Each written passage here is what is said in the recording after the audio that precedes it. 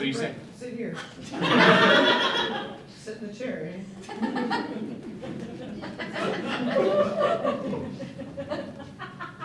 Spread them.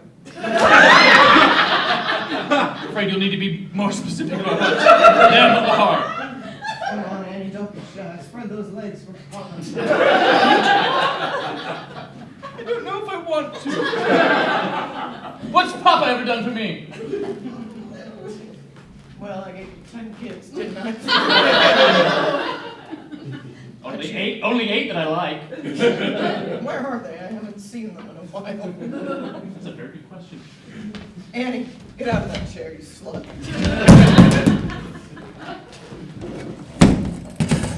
No, I don't think you should be the only slut anymore. I fear I've done something whorish. What do you say? Well, you know how you got my brother's deed to the farm by doing extracurriculars with him? The slut stuff, yes.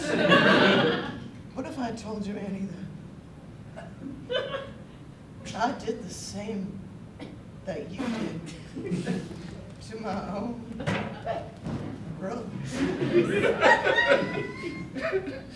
Now you're talking.